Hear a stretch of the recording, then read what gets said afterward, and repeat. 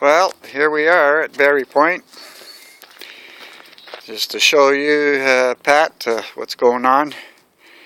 Here's a couple of yellow cedar logs that I picked up yesterday, way up past Coombs. I was lucky I got them for $20 each. I was lucky to find them. We'll be using them to replace the ends of the rotten logs on the house. Anyways, as you can see, this is all tarped up on the southeast side to keep the weather out. While Rob's working, this was the most troublesome side because of the weather to the southeast. Anyways, we got everything rigged up here.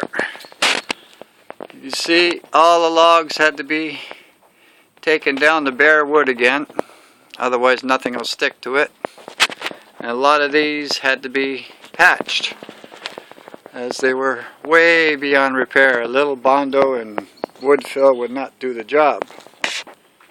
So, I'll carry on. As you can see in this corner here, we're going to have a real challenge here, but Rob can do it.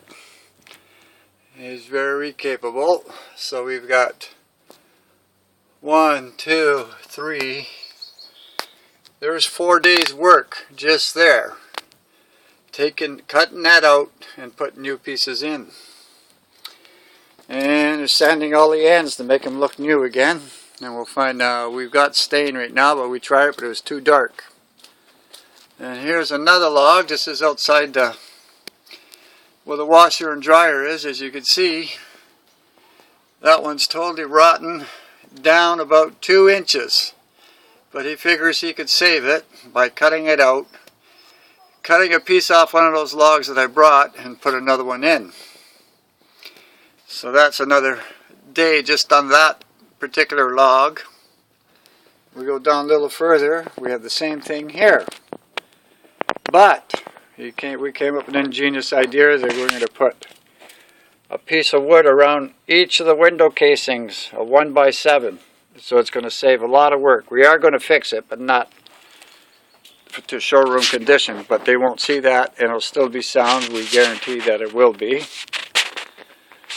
And we'll just carry on with that. And as you can see, this is the top log all the way along that holds up the purlins on the southeast side of the house where the power box was, the hydro. All that was rotten and had to be taken right back down to good wood. But we could not take it out and put another log. That's holding up the whole top floor of the house. So, in his ingenious mind, he cut it all down flat like that. And we came along and covered it with cedar. And it just looks like a continuation of the cedar of the rest of the house, as you could see. And that hides that. And we're putting flashing on the end of every one of these poles to hide that. And there won't be any questions or doubt in people's minds. And here Robert just finished cutting this out, right by the hydro pole. As you see, it's rotten down at least 2 inches.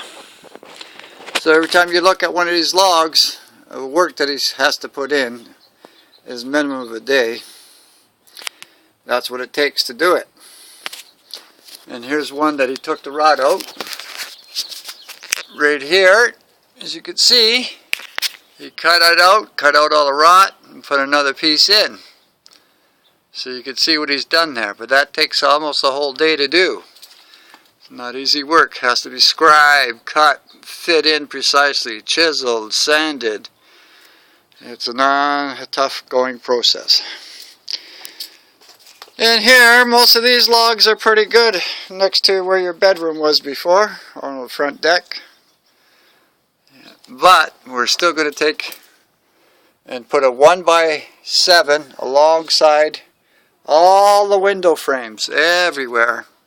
And that's going to save us hours and hours of work. And it'll actually stop all the water from coming in here. And it's going to be siliconed. and filled in. Right now it's just wide open. You could stick a pencil in there, and that's where all the weather's going to go there, and it'll rot the rest of the house. So it was never addressed properly, but we're going to do it now.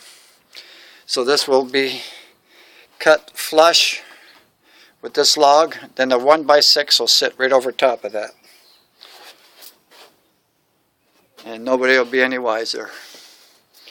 And same thing will happen on this side here. These logs are pretty good. Here's one that he's just replaced. Starting to. We cut out the rot, as you can see, and takes another piece and puts it back in. Then we'll get it all even, and it'll be sanded down and stained again, and you won't know the difference. So, and the front of the house, all these log ends have to be sanded to make it uniform around the old house. And all this has to be sanded down, but just keep in mind there's going to be 7 inches less to sand down once we cut these sashes and put a frame around it. Around all the windows, bottom, just at the bottom, because we can't go to the top up there because it's too tight under the eaves. And another 1x7 here, hiding all this so we don't have to do all that really tight work.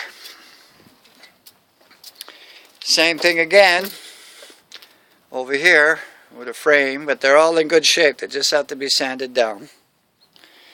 And there's the new hatches that are going on. They're not secured yet, instead of those ugly old steel things that weren't sanitary at all and tamper. They were not tamper proof. These will be locked and everything. Here's the other one. Here's the other one, so you can see it'll have handles on it. Stainless steel latches that'll be locked with 2 locks on each hatch, and it has a vent so the water won't go stagnant, it'll breathe.